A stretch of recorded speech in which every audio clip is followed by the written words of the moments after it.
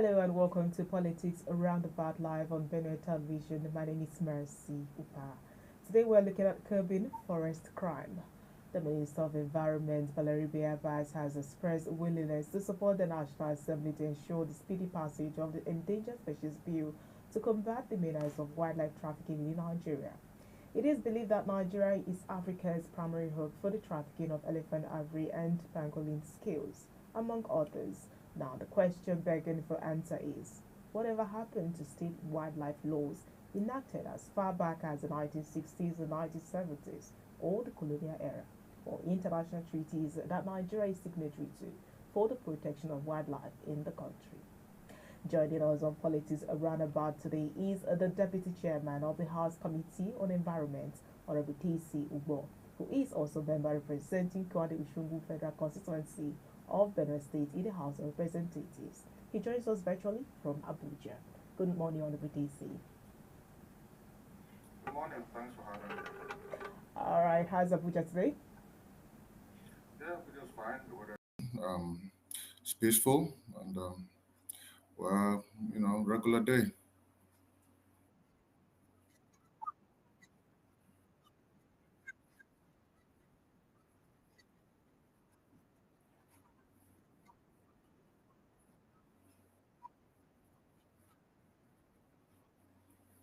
On that. Well, thanks for bringing this very important topic to your platform because it actually concerns Benue State very much, as well as, of course, the entire country.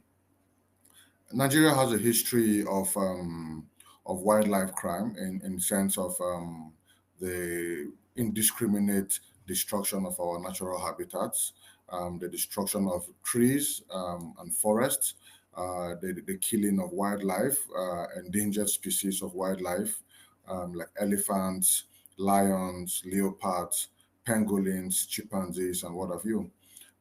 So this has unfortunately placed Nigeria very low in the ladder of countries with protected species of wildlife. So that is why you find that in Nigeria, our tourism sector, as it has to do with wildlife, is almost next to none because we have very few wildlife left for tourism, and even the ones we have left are being killed and poached regularly.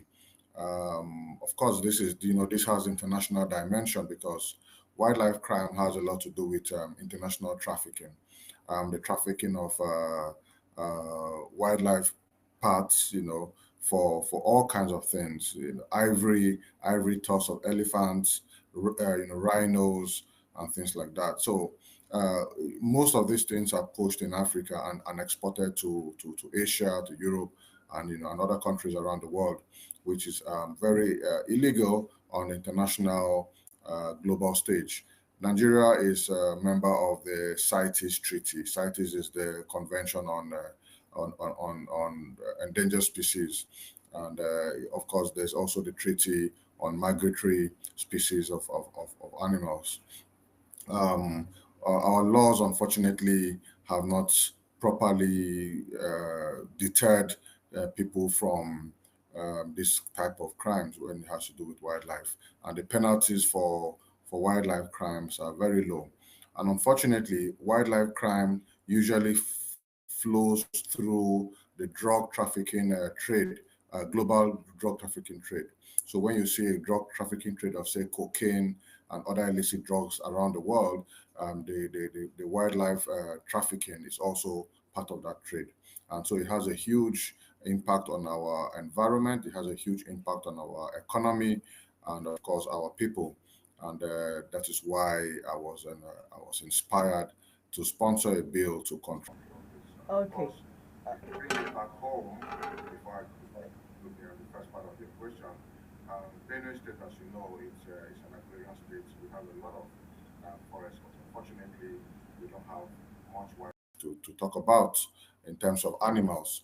In terms of forests, we have forests, but forests are seriously being depleted. For example, in Kwande, we used to have the popular wood called rosewood, which we call Madrid. Those forests are completely gone now. completely. We depleted this forest to the point where now we barely have any rosewood to harness in our states for our own local production of furniture and other activities. And then, of course, waste forests are depleted and are cut down. Then it also affects the habitat, it affects species, affects wildlife, and things like that. And of course, finally, we are people who like to eat what we call bushmeat. And so, in the desire to eat bushmeat, we have to learn to eat, consume bushmeat productively, sustainably, in a way that we don't wake up one day and the bushmeat are completely gone. And some people will actually argue with you that there's very little bushmeat left in our bushes around Benue State. So there's need for us to begin to look at these things to see how we can produce bushmeat, or we can work on our habitat and our environment in such a way that a lot of these historical wildlife species that we've had and enjoyed over the years in Benue and other states across the country do not go into extinction. Time pass aimed at protecting, whether be it hunting, trading, trafficking, wildlife. Laws like the Endangered Species Control of International Trade and Traffic Act 1985, those laws were meant rather to serve as deterrent, so that people won't have to commit this crime against our forests. But then that hasn't been the case. And here you are proposing another bill. What is this bill all about? That you hope that it will pass and become a law to protect our forests. Yes, Nigeria had legislation previously to protect our wildlife. Unfortunately, many of these legislation are completely outdated. The penalties for wildlife crime became completely ridiculous. For example, the killing of an elephant, for example, that has lived for 50 years, has grown into a matured bull, because the penalty could be 1,000 naira. 1,000 naira for killing an elephant or killing a lion. So the deterrence was very, very low. And then even the legal process to which wildlife crime should be persecuted in the courts was also outdated. So our courts were not equipped, and even our police were not equipped to arrest and properly prosecute wildlife crimes. But what we've done now is we've taken a review of the laws in Nigeria that has to do with wildlife and protection of species, fauna and flora. Looked at the international perspective to this. We've looked at laws in Kenya, in South Africa, in Europe, and other parts of the world, working with international partners like the Wild Africa Fund. We're working with the UK Environmental Investigation Agency. We're working with the United Nations Office on Drugs and Crime, and many other international partners, and of course the local partners, the Ministry of Environment, the Nigeria Environmental Standards Regulations Enforcement Agency, the National Park Service, the police, the customs. So we've taken a holistic view of how to better manage our wildlife in the country. And, we've put together a legislation that is all-encompassing, that deters offenders from committing these crimes, that provides incentive and encourages people to protect wildlife, sustainable environments. It also increases the penalties for wildlife crime. So now the penalties can be as high as 5 years to 10 years imprisonment for committing wildlife crime. And then, of course, the fines, the fees to pay when you are caught killing an animal or destroying a forest that is protected. So we think that with this law, with this new legislation, Nigeria will be on the path toward restoring its environment, its natural habitat, its species, and of course the entire economy that comes around wildlife, tourism, agriculture, and so many other things that Nigeria can benefit from better management of its, you know, The law, it won't be ignored like Nigerians have ignored some of the bills that were or laws that were meant to protect wildlife. No, I think this bill is actually quite practical. This is why I decided to host the policy dialogue a few days ago, I think on Monday, so that we can look at the implementation of this law together. So we invited stakeholders from across the environmental sector, the wildlife sector, the international community to brainstorm on this legislation so that it won't be one of the bills, that gets passed into law and just gets kept on the shelf. But in this case, we've tried to make it a very holistic bill in such a way that the roles and responsibilities for every agency of government is well defined and well spelled out. So that way, there's no conflicts of implementation.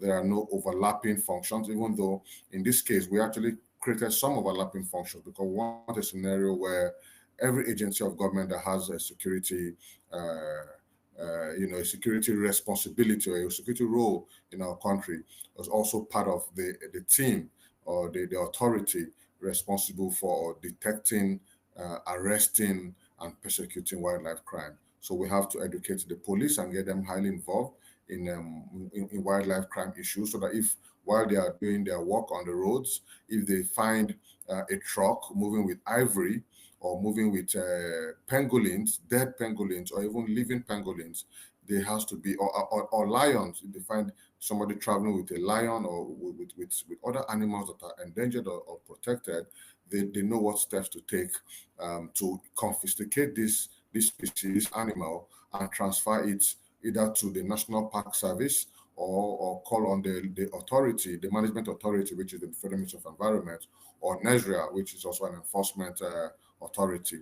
And then this wildlife species will be properly catered for and protected and probably reintroduced back into the wild. If it's a dead animal that is endangered, that is found, then there are other steps that need to be taken towards investigating how this animal was caught and killed and the penalties for whoever committed that wildlife crime. So we think in this case, and of course there's the international angle of it because, like you said in your introduction, Nigeria has become a hub for wildlife trafficking. What does this mean?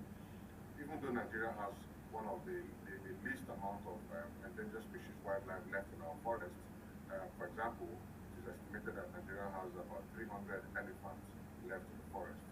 Um, but in Africa, countries like Uganda, countries like Tanzania, they're talking about 4,000 elephants left in the wildlife. 40,000 in some cases, like Zimbabwe has 30,000 elephants left. South Africa has thousands of elephants left. Many countries across the world, across Africa, have thousands of these animals left, and that's why they are booming and benefiting from the tourism potentials. And even the children and the unborn generation in those countries will grow up and meet a lot of these animals, this wildlife, and then of course also benefit from whatever they offer.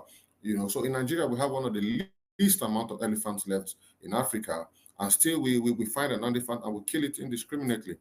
So even though we have the least, but the poaching and the trafficking of this species, like those elephant tusks and those things, they pass through Nigeria, and from Nigeria they get exported to other countries around the world. So Nigeria has become a hotspot where poachers, after poaching and killing these animals, they collect the parts of the animals that they want to export and they transit them through Nigeria and out of the country. The customs has made a lot of seizures of wildlife species that are endangered and that were trafficked through Nigeria. And anytime the customs makes arrests on these things, they are collected and they are transferred to NESRIA, and they then either do the investigation or they destroy a lot of the species, sometimes worth millions of dollars.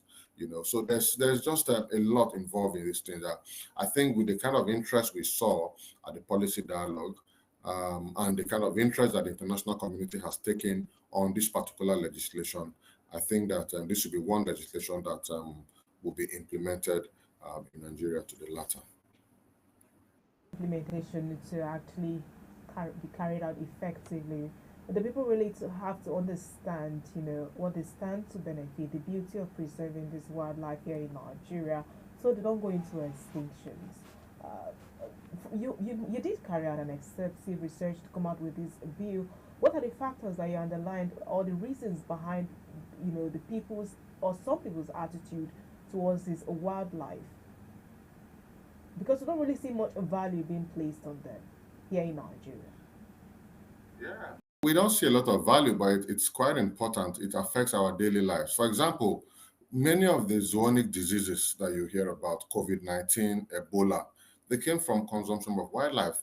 Lassa fever is from consumption of wildlife, or even if not consumption, but even when you get in contact with these things, with some of these animals, then you know chimpanzees, gorillas, and things like that.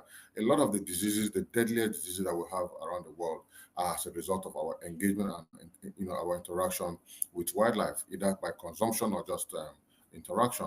Lassa fever is from the rats, from some species of rats that sometimes comes, that will come in contact with.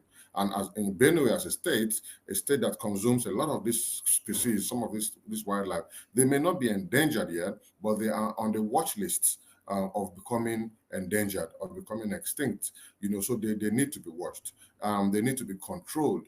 Their spread needs to be controlled. If not, we might have an outbreak of a disease one day. We already have Lassa fever here and there. Recently, I heard of a case of Lassa fever at a medical center in Makodi. I think there's, I'm not sure which of the hospitals now, but we so sometimes from time to time we hear these kind of things, and these things come from a lot of these wildlife species.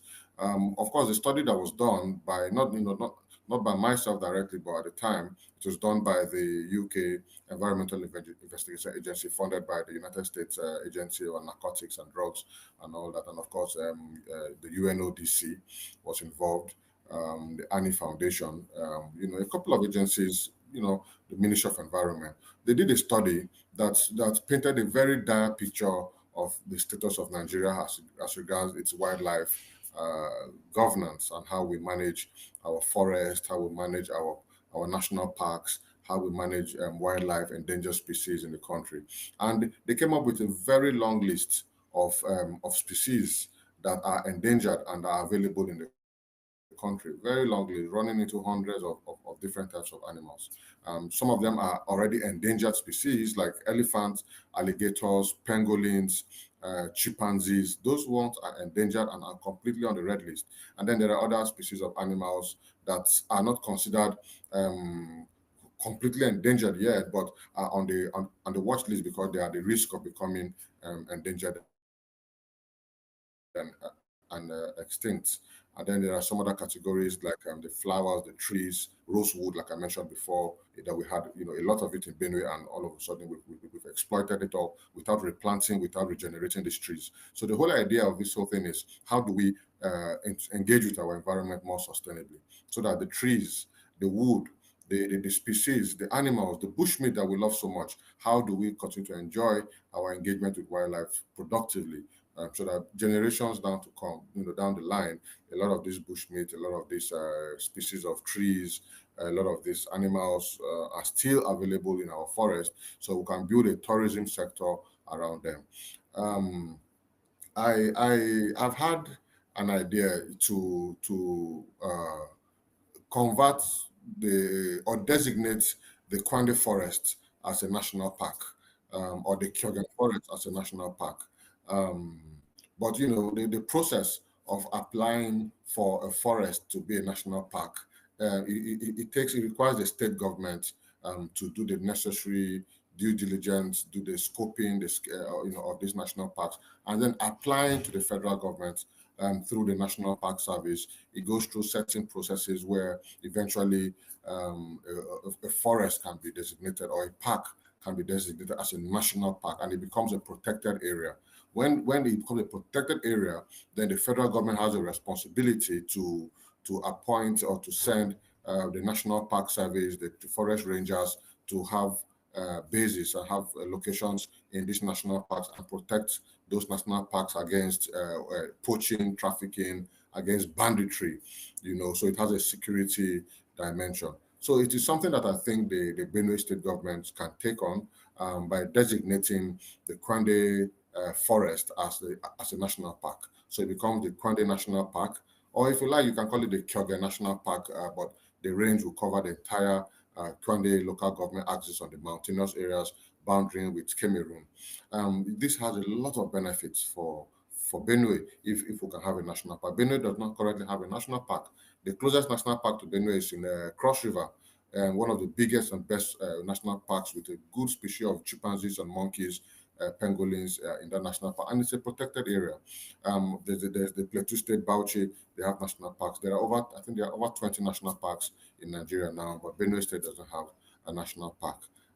So I think as a state who depends so much on our land, our natural resources, agriculture, tourism, and things like that. And of course, where people that like to eat meat, we like to eat bush meat and many species of very nice delicacies. It is important that the state government, probably through the state assembly, can propose a legislation or a motion to designate Kwande local government forest as a national park.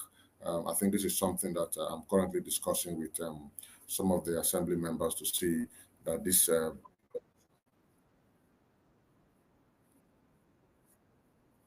I'm thinking of a thriving ecosystem where we coexist with these beautiful species. And the uniqueness of Benue, the challenge with Benue, like you earlier alluded, is the fact that some of these species are seen as a nutritious meal for them. So how do we now coexist? But would you for a break? We'll come back. We'll attempt this question and several others before we wrap up on this edition of Politics Runabout. Please stay with us.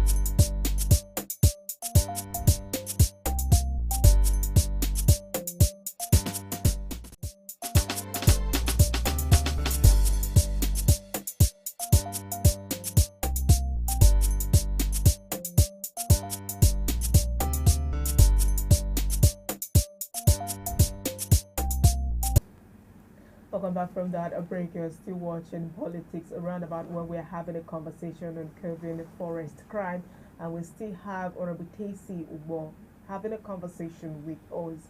And that just before that break, we posed the question how to coexist in terms of building a thriving ecosystem, especially considering the fact that some of these species are actually a local delicacy when you come to Benue State. Yes, thanks again. Well, you see, I think there's a lot of education, a lot of public awareness, a lot of schooling, if you like, of our people in Benue State, particularly, and around the country. Um, People need to understand the importance of these delicacies that we're eating. People need to know that these delicacies are not infinite. These are finite species of wildlife that can go into extinction. People need to also learn the process of even farming some of these wildlife species. Some of these bushmeat species can only be farmed as a business. So there are many angles to which the Benue people can benefit from this. Bushmeat can be farmed as a business, so it becomes an economically viable industry for Benue and even for around the country. Benue State can become an institute. I'm actually working on establishing a forestry institute in Oshongo local government under the National Forestry Research Institute. I'm working on that too. So there needs to be some kind of education, some kind of foundation through which people can learn about how to manage our forest and the species that live within them. So there's a lot that can be done and that we're trying to do. Of course, at my level, at the Federal House of Representatives, I can only do so much in terms of advancing and proposing some of these policy initiatives, encouraging and facilitating the establishment of some of maybe the centers of learning and things like that I just mentioned I'm trying to do.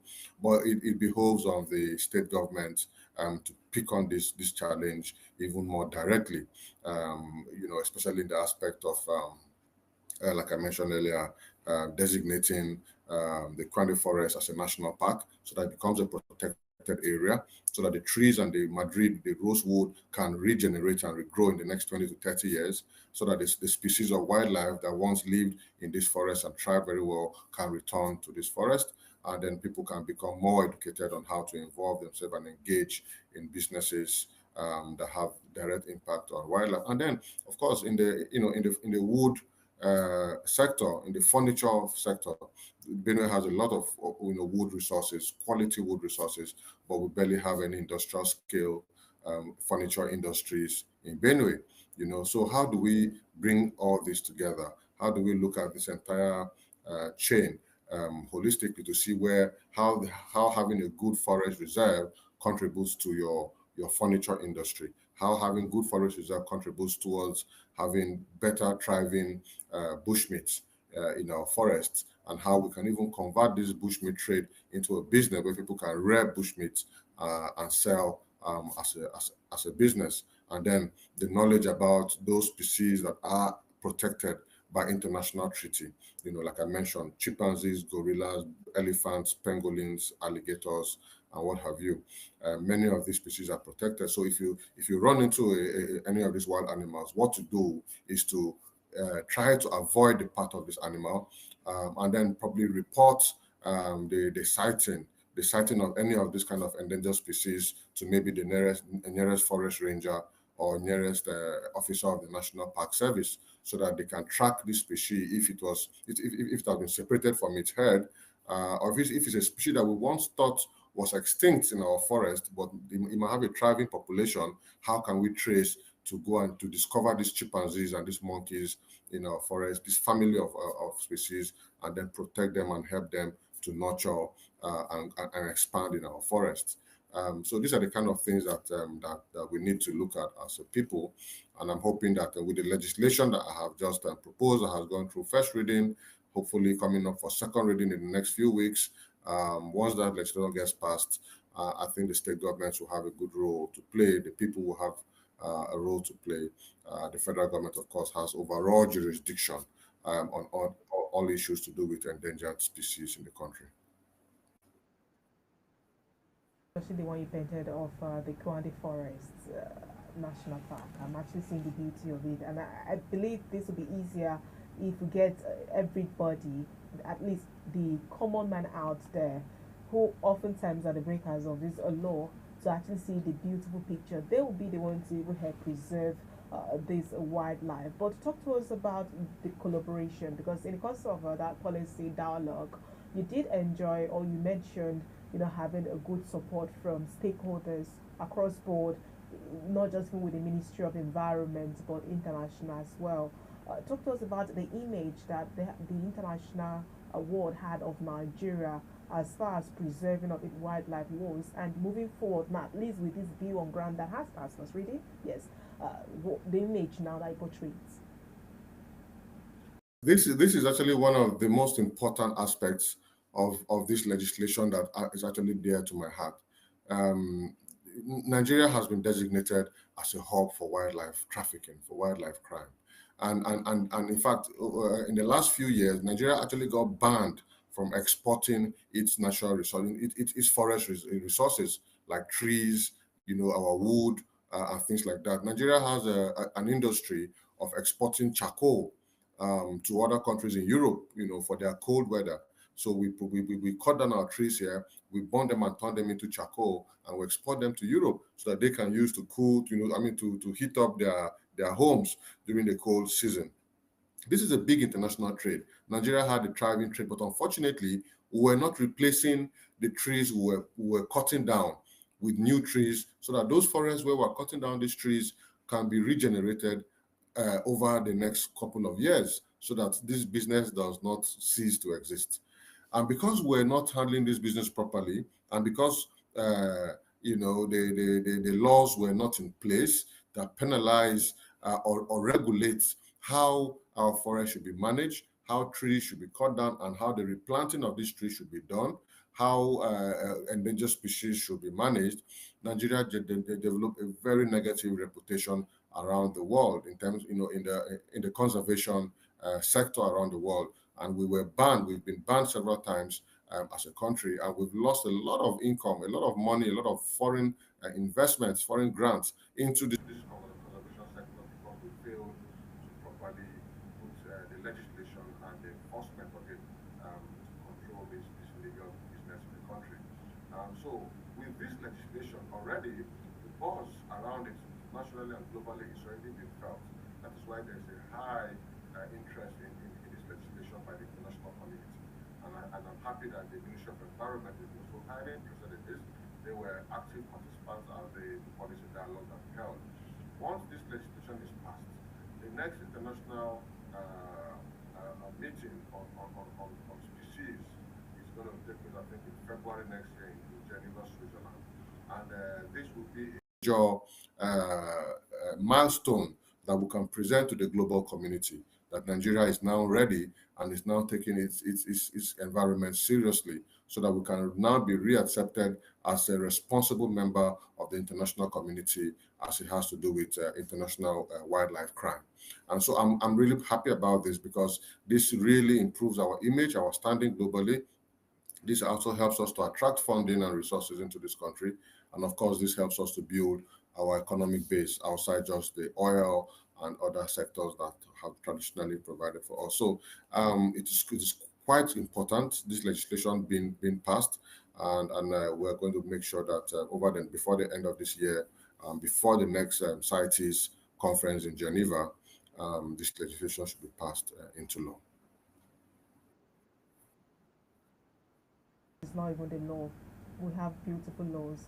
Implementation becomes a huge problem, and the reason why some of the laws that were meant to protect wildlife and forests in Nigeria have not been carried out to the letter is, of course, from the issue of implementation. For this bill that you're proposing to be passed into law, which hopefully we will have this law handy, have you considered, the factors that made the other laws not really serve as deterrents? And have you put all of those things in place? And are you confident that this one will work and it will serve Nigeria's purpose as far as protecting wildlife is concerned? Yes, I'm very confident that this piece of legislation will work. It has been designed by all the stakeholders taken into consideration. The interests of this legislation is very high. Um, the roles and responsibilities of the implementing agents, the authorizing agents, and the management authority for this legislation are very clear and well spelled out. The permitting system, the kind of animals, the species, the list of the species, both plants and animals, everything has been properly documented. The benefits of this to the country cannot be overstated. This is a major landmark legislation. Um, it has been long overdue. The government is excited about this. I think it is one legislation that will be implemented because the agencies, like the National Park Service, for example, they are the agency responsible for managing our national parks and our forests. The National Park Service are, by their own legislation establishing them, they are supposed to carry arms. They're supposed to be well armed to protect our forest because the people who are involved in poaching, people who are involved in banditry are well armed and they reside within a lot of our forests. Of course, we came to know about the popular Sambisa forest, because of banditry. But Sambusa forest should have been known for tourism, should have been known for species, should have been known for the beauty of the place, of the natural habitat. But instead, it became known for terrorism and banditry. So we need to reverse some of these negative impressions about what our forests should be and what they should be used for. And I think that with this legislation, the National Park Service are also now being strengthened to do even more. The National Environmental Agency, NESRA, are also being empowered to do even more. The customs, the police, everybody has been brought to the knowledge of what this law entails and the responsibility. So when we had the policy dialogue, the Inspector General of Police sent a high-level representation to that policy dialogue, as well as others. The EFCC was also present in the room, because the international wildlife crime has a lot to do with money laundering. So the EFCC were present at that policy dialogue also, as well as several other agencies of government and non-governmental organizations. So there's a huge interest in this legislation because of the impact that it will have on our country, on our international image. So I think that this is one legislation that I'm quite confident that when passed into law, we'll continue to do, to carry out more engagements, more sensitizations, both on the social media, on television, one-on-one engagements and stakeholder meetings, so that we make sure that this law does not die just as a law, but it is implemented to the fullest.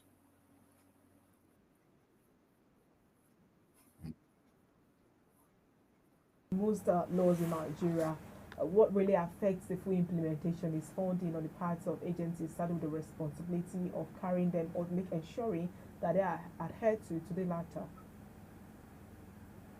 Yes, I believe and I hope you raise a very important point there. And I thank you for raising that point because funding is always a major concern. Getting into the House of Representatives, I found that a lot of the talk that we talk about how the country is being run, our national budget and things like that. Unfortunately, it looks big, when you look at the figures, individually. But when you look at it relatively to the scale of the job that needs to be done in Nigeria, when you look at the population of this country, when you look at the international and local commitments that our governments at the state levels and at the federal levels have, and even at the local government levels, the scale of the problem, the scale of the challenge is really, really big. So even if you have a budget of 23 or 30 trillion naira, you have a state government budget of 300 billion, really you're just only going to be scratching the surface of solving a lot of the problems. So you really need strategic planning. You really need to put things in perspective, to look at things that have an impact on the greatest number of people and bring the highest benefits to the people, and that can create an impact on the people's life within the shortest period of time. That way you can begin to build on those foundations so that you can accelerate growth and expand the pulse so that more agencies, more work can be done by agencies that have roles and responsibilities that have direct bearing on the lives of our people and our natural environments, which we depend on every day to live. So I think in this case, as a member of the committee on environment, I will be definitely pushing that once this legislation is passed, then the Ministry of Environment and all the agencies under it should be given more support and more funding to be able to implement this legislation. While I'm in the House on this committee, I'll always continue to push for more funding for these agencies. To leave it, I wish time will permit us to have both more conversation. But we'll just give you a few minutes to wrap up your thoughts and talk to our viewers before we end this edition. Okay, thank you very much. It has been a very well, educative conversation, even for me, because the more I talk about these issues, the more I re-educate myself and remind myself of the importance of the job that we do as federal legislators. I want to just thank your station for providing this platform to share this information with the Benin people. There's been some misconception, maybe amongst a few people, why I am promoting a legislation that has to do with wildlife instead of promoting legislation that has to do with human beings. But you see, we can walk and chew gum. There's so much to be done. Wildlife issues affects us all. Wildlife issues affects every one of us individually, directly or indirectly. It affects our welfare, our human health, our environmental health, affects so many things, our economy. So there's a wide dimension on ways to which we can create an economy around our state, Benue, around Nigeria, improving tourism, improving our human health. So there's so much to be done. Now, of course, I'm not just pursuing the legislation on endangered species. I'm also, of course, championing the student loans scheme on the country that has just been passed into law by the federal government. So I was chairman of the ad hoc committee on the student loans program. I continue to be an advocate for it. I'm working closely with the managers of that program to see that it is implemented fairly across the country, and Benue State citizens, students in Benue State benefit the maximally from this student loans program. And the program does not end up being a burden on our children, but becomes something that helps every child that wants to acquire a skill or a tertiary education have the opportunity to acquire them, so that our generations coming behind us will be better educated than us and will be able to achieve even better, accomplish even better for our state of Benue State. And so there's so much that we're trying to do at the same time. We look at the bigger picture and not all the times just the narrow picture. So when you look at the bigger picture, you look at things from a broader perspective, you're able to take policy decisions that have bigger and higher impact on the greater majority of people rather than on a small segment of people. And it has driven some of the policies and the legislation I have championed in the House of Reps. And that is why you see that most of my agenda is always driven towards a bigger state, global, national good that affects us all. And of course, we also do the small things like supporting people on a day-to-day basis on some of the daily needs that confront our people at the rural places.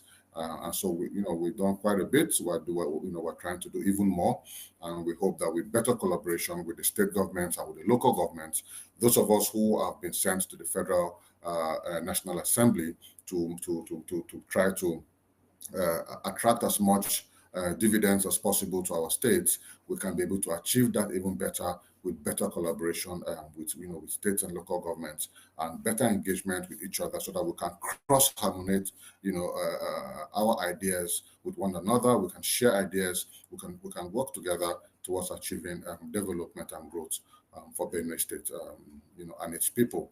So I just want to thank you and thank the viewers for watching.